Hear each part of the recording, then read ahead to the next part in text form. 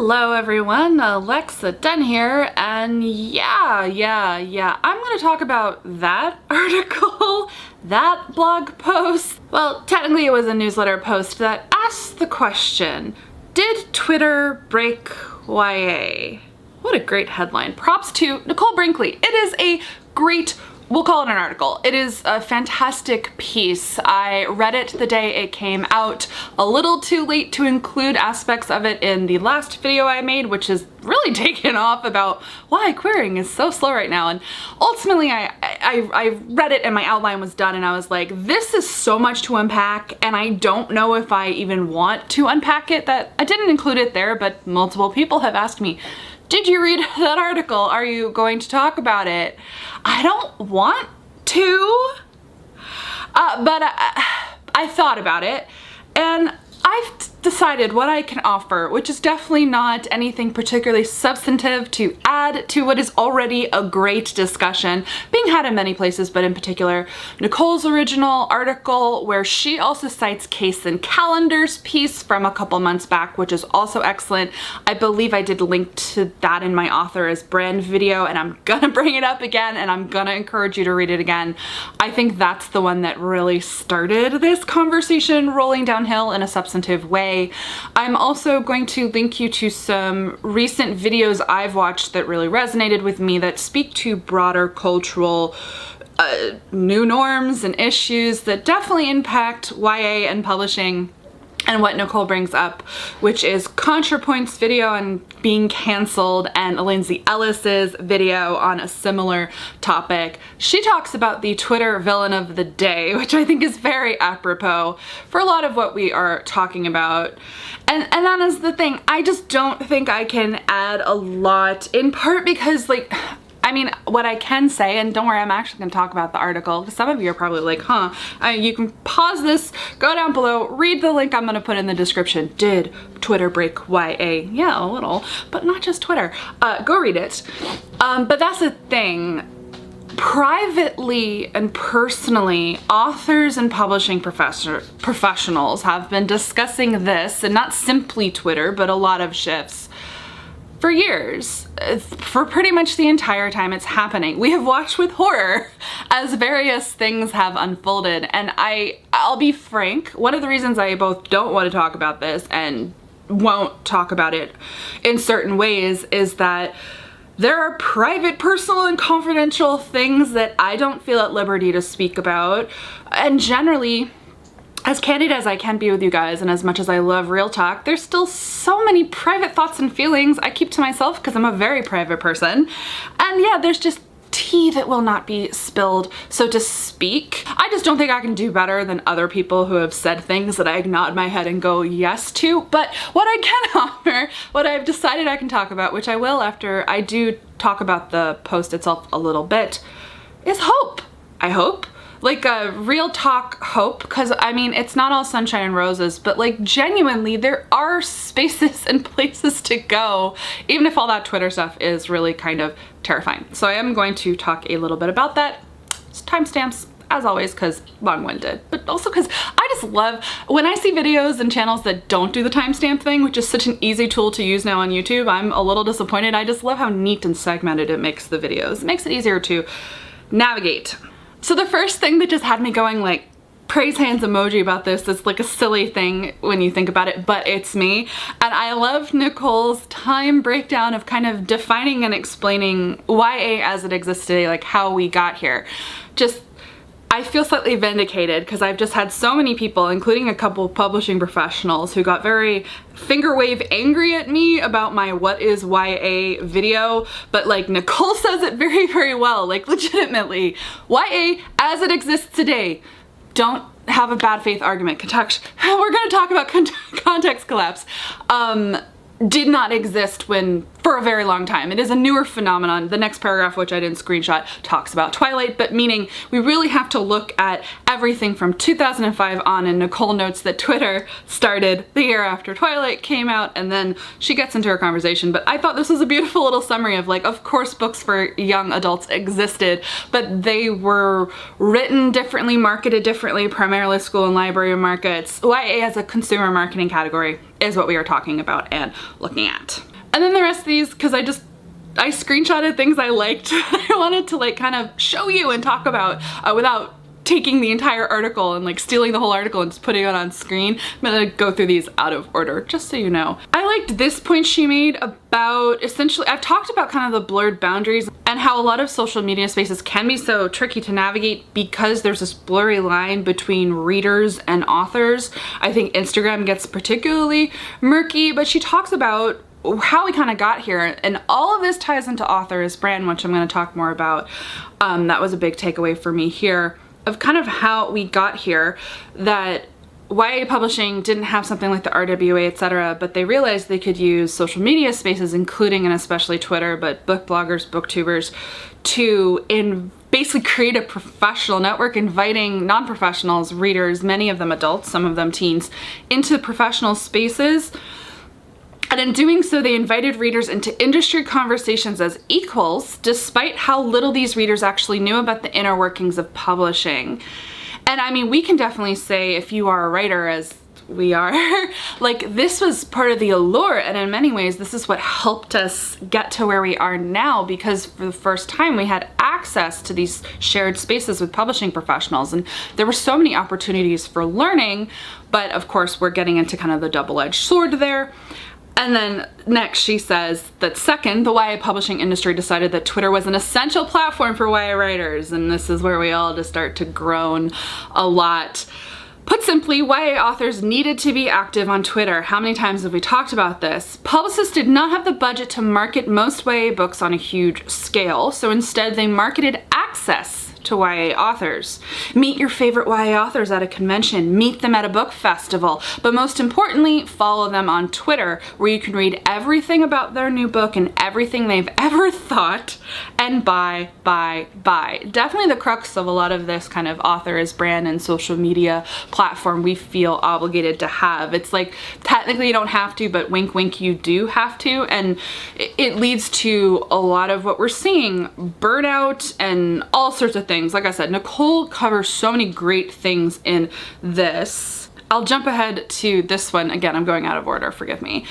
So what happens to publishing professionals when readers are invited to shape their industry as if they know everything happening behind the scenes? Very critical little statement. What happens when access to editors or authors is marketed alongside the books they work on?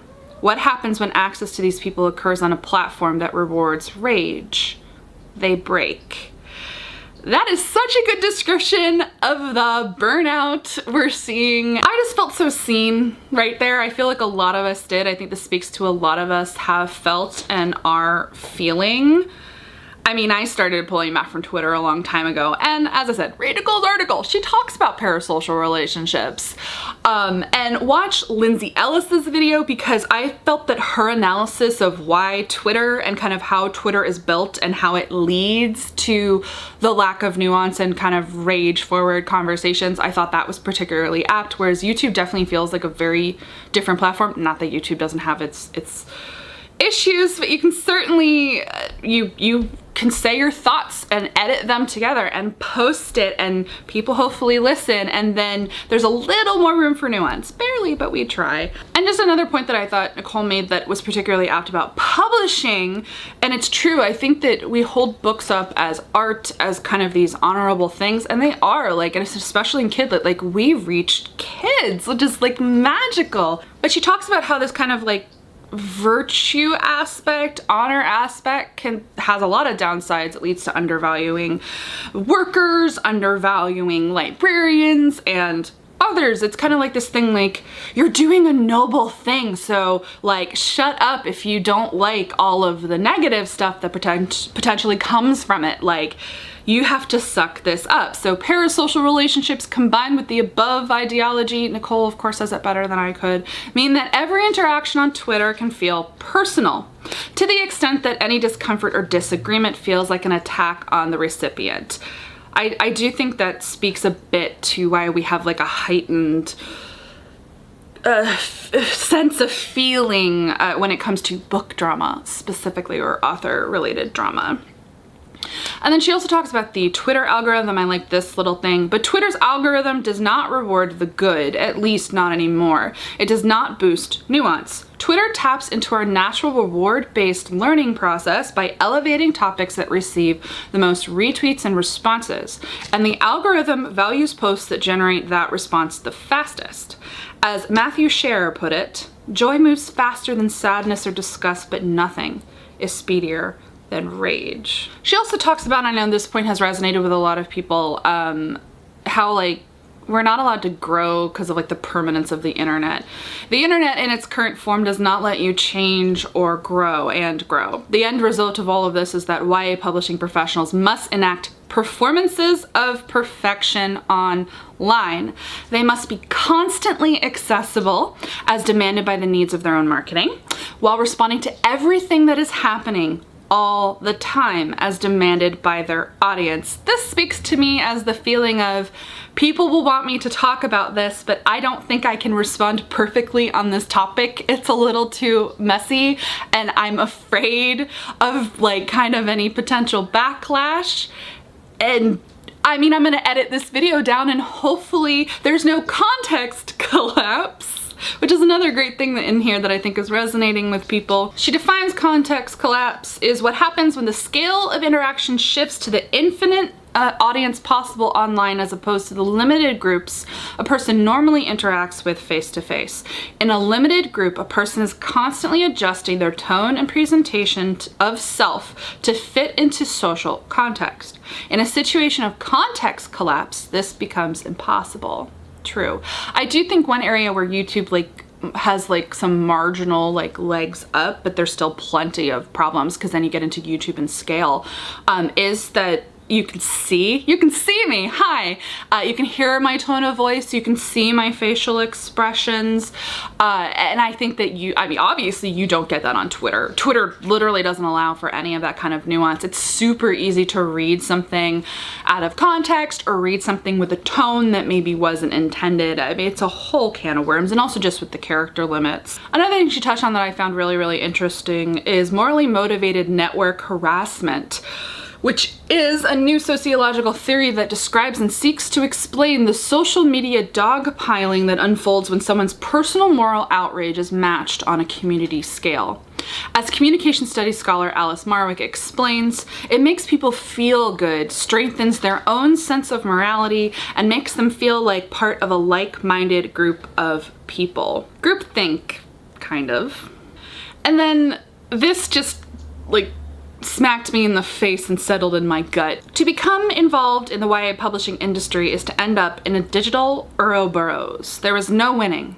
No other industry expects its employees to spend all day at the water cooler, listening and responding to every single critique of their work, their colleagues' work, the overall industry, and the world as a whole. In other industries, you're expected to actually do the work, not to respond to it. And that's the point that I think a lot of this resonated, but that's certainly very much resonated with me. I think it goes a long way to contextualize why there is such a feeling of burnout. About Twitter, yes, but I think overall, I think Twitter amplifies that feeling and facilitates all of those problems in a unique way. But I think that applies to a lot of things, all the various social media sites. Also a lot of kind of when I talk about the social politics of publishing and YA, a lot of that, you know, being in lots of different kind of group chats and private conversations and how things can kind of fly around. But it's definitely the public side that applies the most pressure, especially coupled with that whole, you have to be perfect all the time. And she goes into how this can particularly hurt marginalized creators because if they don't perform their marginalization in the exact right way, quotation marks there, that the whole community can turn on them, and there's an extra pressure of perfection on marginalized authors in terms of both what they write and how they behave on social media.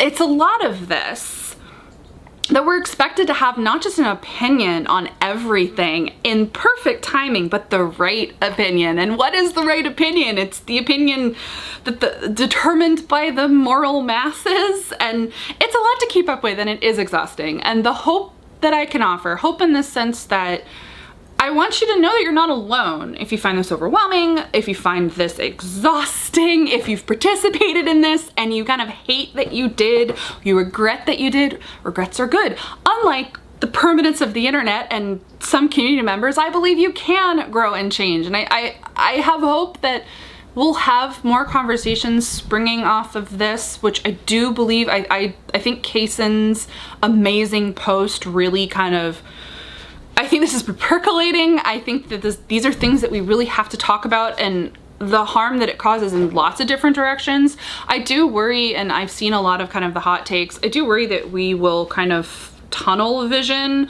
only talking about one or two things and ignoring some of the messier, uglier things. But again, I'm not the person who wants to talk about those things. But the hope is you're not alone, in the sense that for years and years and years, lots of authors have just opted out. It is possible to opt out. You don't have to play the game that way. You don't have to play the game the way that the industry and others are saying that you have to. Now, there are opportunity costs should you choose to opt out, and I do want to be honest about that. I have mentioned that in other videos. I think I mentioned it in the author's brand video, and it's definitely something if I haven't talked explicitly about before, I will right now. This reminds me of a screenshot I wanted to talk about, which led me to the whole opting out opportunity cost thing. So since Twitter is the water cooler of the publishing industry, the adults who converse there affect what gets published just as much as actual sales figures do. The illusion of buzz sinks into the minds of editors and marketers, which is part of why YA books are now so heavily marketed to adults, because adults are the ones creating the buzz. And this makes me think of opportunity costs, because when you refuse to participate or don't participate enough or don't participate in the way that people want, in particularly YA publishing culture on Twitter, you are left out of that buzz culture. And I know what this is like. I have had this opportunity cost, which is why I share it with you, but it is one. The cost, it is a price I have been willing to pay, because I knew that I could not mentally handle everything that came with being active on Twitter. I chose YouTube, as you know, as my preferred primary platform. And I started edging back from Twitter years ago, but especially I personally found that when my mom died, when I'm dealing with trauma and grief, I literally cannot. And I actually think that's why this is escalating, especially with the pandemic, more than ever. Who can handle that? Who has time for that? It is destructive to people. It will eat you alive, and it's hurting a lot of people. But thus, I'm hoping maybe we have reached a breaking point and it will change. But yeah, opportunity cost. You're not like with the cool kids who are tastemakers on Twitter, in those areas of publishing, Instagram a little bit too. You're less likely to be featured on buzz lists. You're less likely to be invited to certain events. You're just more likely that people probably don't know who you are, because you're not like name brand, because you haven't been hoofing it in the right spaces in terms of your branding. Like, you'd be amazed. Like, it doesn't really matter what I do on YouTube, to be perfectly honest. There are tons of spaces in publishing where no one really knows who I am. I am not a breakout author. And I part of that is the opportunity cost of not participating in certain areas of publishing culture. And that is okay. But that is the thing. You're not alone. It's not just me. A lot of authors have opted out and don't participate in that culture. Some, it's simply the line of they leave Twitter and they only do Instagram. Others, it's that they just don't participate, period. They don't really do social media, or they do updates only. They choose their friendships wisely and who they spend time with, only kind of chill authors. They don't gossip. They're not in the group chats. They just quietly write their books, and they write their books for actual teens, which is the other part I want to say that, yeah, we've all noticed this move where so much YA seems to be written for adults or seems to follow kind of buzz that doesn't necessarily resonate with actual teens. And I mean, sales of YA, a lot of YA, not all YA, are definitely down, and I do think it all kind of connects in the end. But I also know from talking to teachers and librarians and hearing from readers, you can still write YA for teens. As I said, there are kind of opportunity costs. Like sometimes you resign yourself to knowing you might not be the hot buzzy book because you're kind of not following what those buzz trends are.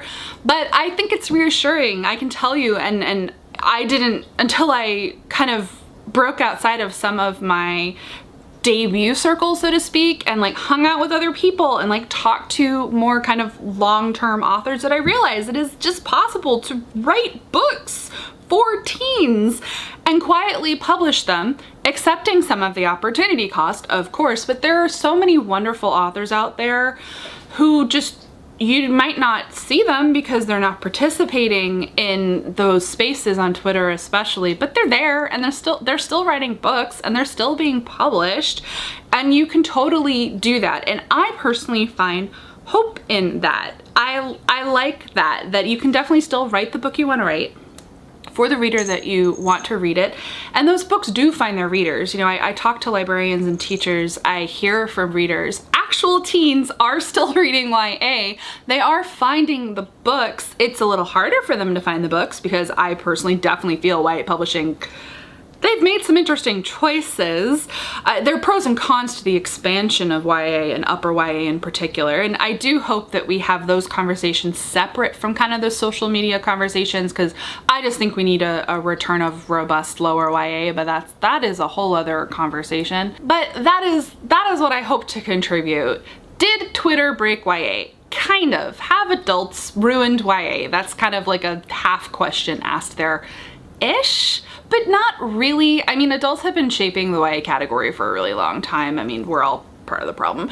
But I don't know. I do think it's possible to just write good YA books and not engage in kind of the social media stuff that you don't want to engage in and be okay. That said, I talked about the opportunity costs, and I also won't lie, I'd be pretty screwed if I didn't have this YouTube channel, like all the work that I put into it and platform. And I do know a lot of people who couldn't handle the kind of Twitter social media stuff and didn't get the marketing and weren't able to make it up on their own. And how could you be expected to? Like, authors shouldn't be expected to be these marketing superheroes who kind of co-opt their own personality and identity to mold like a perfect author brand. I really hate author as brand, even though I participate in it, which that was a big takeaway for me from this article, where I was like, I see the author as brand problem screaming from that article. Twitter just exacerbates them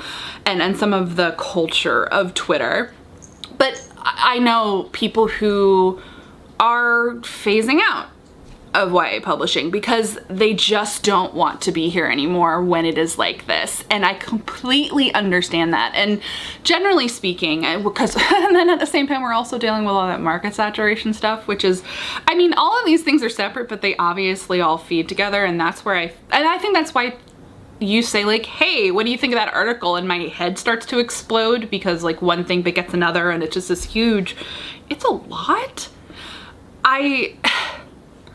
But I'm an optimistic type, I really am, and so I think of it as like, well, I've seen authors who are very chill, circumspect people, lovely and respectful, and most people are wonderful people, good people, respectful people. I think it's just a very small but very loud minority in the community who drive our drama. And our drama is unparalleled. I'm not gonna pretend it's not.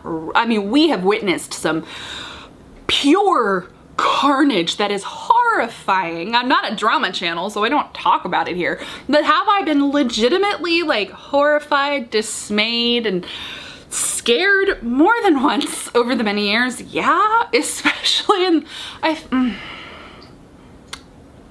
All your feelings are valid. I have felt them too. But I'm an optimist. And so I love YA. I love writing YA. There are teens out there who need YA. They still read it. Yes, I hope it's easier for them to find the books that they want to read. I think traditional publishing like has some course correction to do, but I can't change it for them. But I think that we'll keep on chugging along. I'm glad Nicole wrote this post. It's really great. Seriously, if I haven't said it enough, go read it. I just like snipped some of the things that I found particularly inspiring, and read Kaysen's post, because I think Kaysen's post is, I think they go together as perfect essential reading. I personally found ContraPoints' video on being canceled really illuminating, and then Lindsay's video I also think is pretty essential watching. Like, I don't agree with every single point, but I mean, the Twitter villain of the day thing hit. It hurt. I was like, oh no, it's so true. And I think all we can do right now, honestly, is have these discussions, because I don't know what perfect solutions are, because just as like a cap on this, what I hope doesn't get lost, and it's definitely difficult to parse, and Nicole talks a bit about it, and I've been having a lot of private conversations with friends of mine who are, in particular, they're marginalized, and they use Twitter as a tool for activism. And Twitter can be an amazing tool for activism. Equally, it can be a horrific hellscape.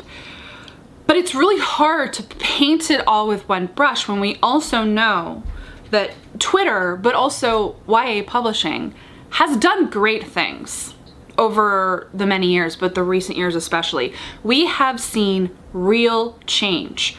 There have been real discussions that needed to be had.